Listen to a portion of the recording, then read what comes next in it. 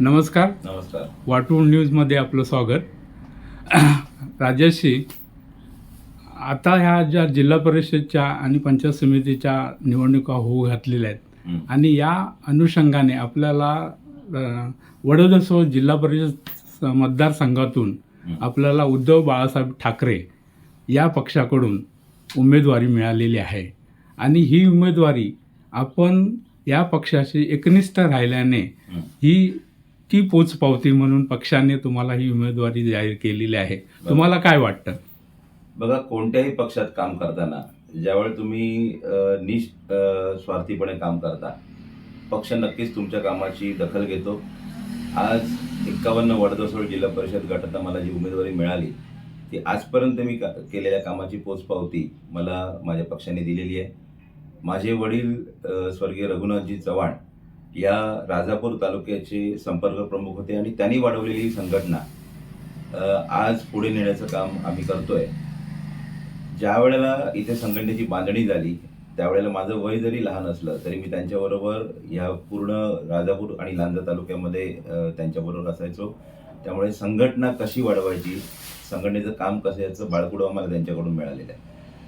आज ज्या वेळेला निवडणुका जाहीर झाल्या आणि ओपन म्हणजे सर्वसाधारण गटाला या जाहीर झाल्या, पक्षाकडनं विचारणा केली गेली आणि इच्छुक उमेदवार म्हणून मी माझं नाव तिथे नोंदवलं आणि पक्षाने पण त्याची योग्य ती दखल घेऊन मला उमेदवारी इथे दिलेली आहे आणि त्या संधीचं मी सोनं नक्कीच करेन.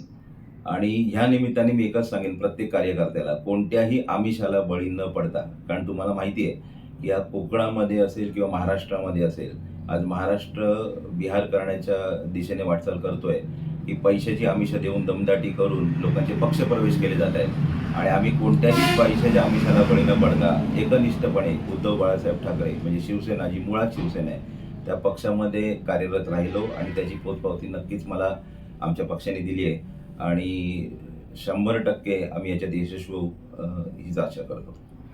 बरं, प्रचाराची आखणी कशी काय केली तुम्ही? बघा, प्रचार प्रत्येक मतदारापर्यंत पोहोचण्याचा आमचा प्रयत्न आहे, पण निवडणुकीसाठी फक्त 6 दिवसाचा आमच्याकडे अवधी आहे आणि माझ्या मतदारसंघामध्ये जवळपास 22 गावं आणि 30 मतदान केंद्र आहेत. त्यामुळे घरोघरी तर पोहोचणं अशक्य आहे, पण आमच्या संघटनात्मक बांधणी आणि संघटनात्मक आम्ही विचार विनिमय करून आम्ही प्रत्येकापर्यंत पोहोचण्याचा नक्कीच प्रयत्न करतो.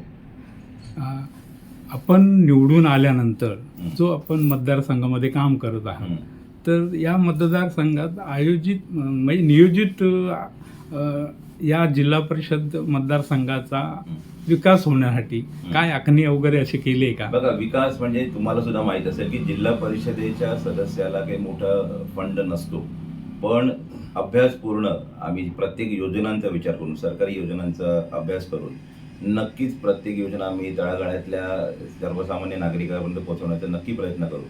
आज मी वाटूळ गावचा उमेदवार आहे आणि 100 खाटांचं पूर्वी मल्टी स्पेशालिटी हॉस्पिटल मंजूर झालं होतं वाटूळला. त्याच्यानंतर ते बारगळलं गेलं. त्याच्यानंतर सरकारने सांगण्यात आलं की 100 खाटांचं आम्ही हॉस्पिटल इथे तयार करू.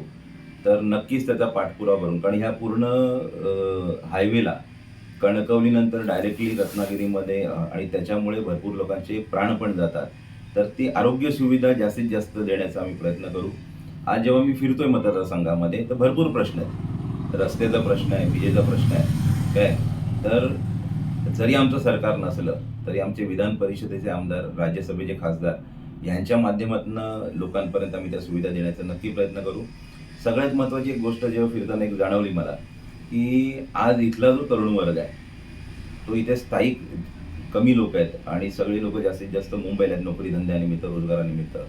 तर रोजगाराच्या संधीसुद्धा उपलब्ध करून देण्याचा मी प्रयत्न करेन आणि सरकारच्या माध्यमातून असेल, पर्यटनाच्या माध्यमातून असेल, की वेगवेगळ्या पद्धतीने जर आपण तरुण मुलांना रोजगार दिला तर ते आपल्या गावीच आपल्या फॅमिलीसोबत राहून नक्कीच ह्या कोकणाचा विकास करतील. आणि आज कोकण म्हणजे स्वर्ग आहे आणि त्याला स्वर्गासारखंच बनवायचं आहे आणि हे कोकणातल्या जमिनी परप्रांतीयाला विकून आज जशी मुंबईमध्ये आपल्या कोकणी माणसाची अवस्था झाली आहे ती इथे होऊ नये याच्यासाठी सुद्धा मी प्रयत्न करेन. धन्यवाद.